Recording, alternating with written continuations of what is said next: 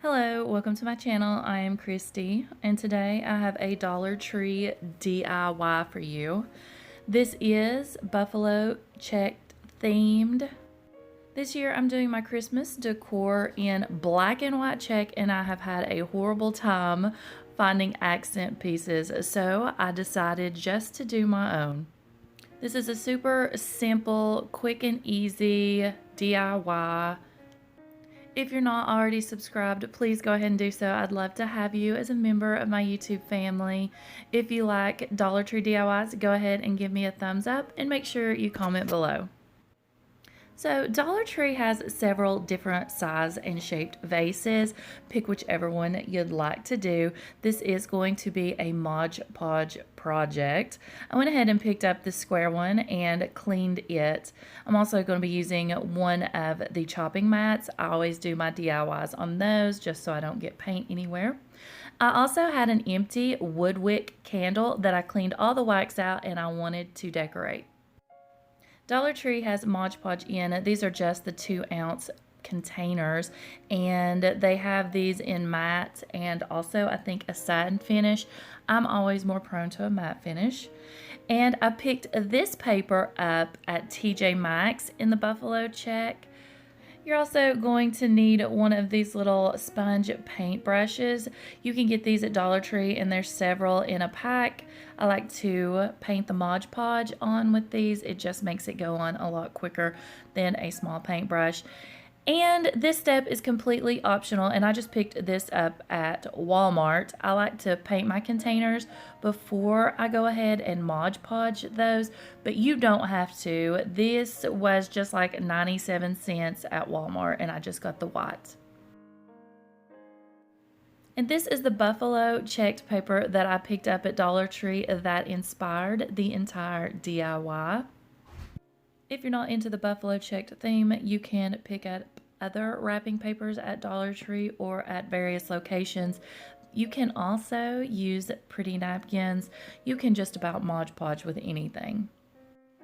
So I've took my vase and I've went ahead and wiped it down, and I want to go ahead and paint that with my paint that I picked up at Walmart. Again, this is a completely optional step and you don't have to do it. I just think that it sticks better. I painted both of my containers and I gave those plenty of time to dry.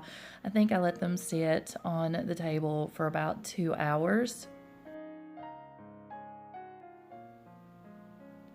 I went ahead and after I got done painting, I like to wipe around the edges just to clean off the extra paint.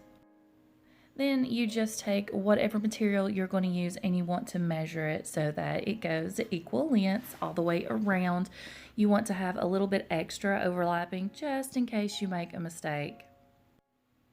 I always like to cut at the ends of the paper, that way I'll have a straight edge, and I like to line the straight edge up with the top of the vase.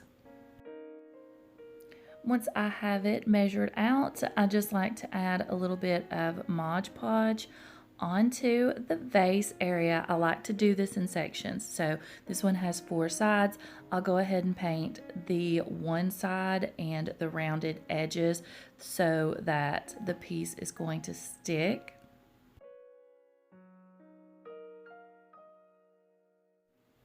Then you'll just lay that onto your Mod Podge and smooth it out so that there are no wrinkles. I also like to make sure that any that is on the bottom that is overlapping, I push down and I've put a little bit of Mod Podge there so that it sticks. Again, I like to do this in 4 sections, so I go ahead and cut off the next square that I'm going to place and just repeat the process all over again.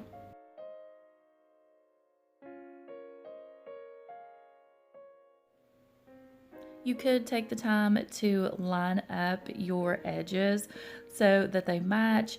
For me, this is a project that I'm only going to probably be using this year, so I'm not really that concerned with it.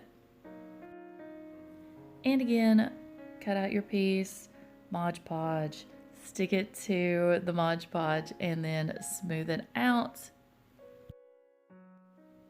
Like I said, this is a simple DIY, but many people I know still have never Mod Podged anything. I have Mod Podged several items in the house. I've done the girls' light switch plates. We have one that is in a Paris theme, and I've also done Kerrigan's in a British theme.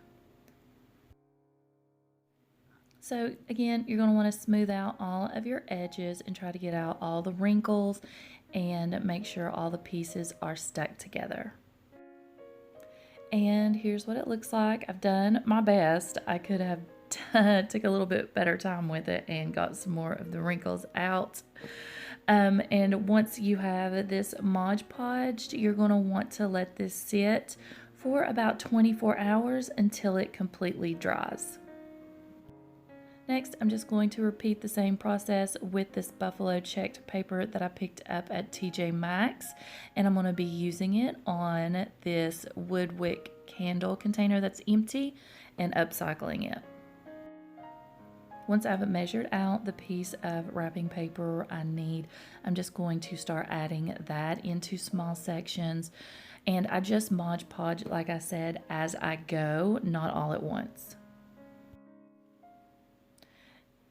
Again, I like to line up the straight edge of the paper along the top, and you just lay it down on the Mod Podge and start to smooth out all the wrinkles.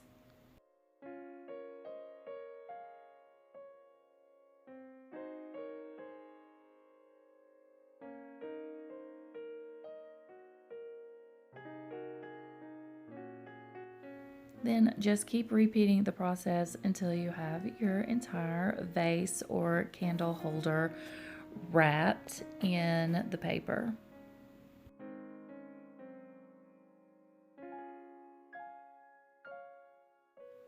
As you can see here, the very last piece, I wanted to line up the best I could because again, it is a tapered vase, so it's going to be a little uneven. I'll just turn that to the back. Once you let your pieces dry for about 24 hours, then you're going to want to seal that with another coat of Mod Podge over the top. You want to cover the entire piece that has paper and also get around the top lip and the bottom edges just to make sure that everything is held into place and sealed.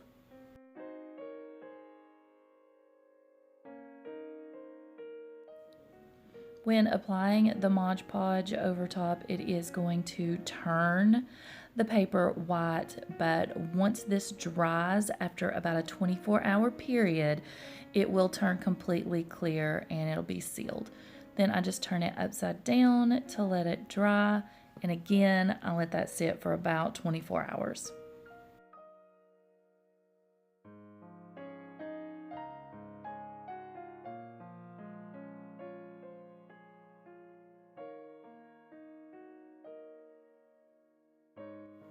And here is what the finished product looks like after it's had time to dry.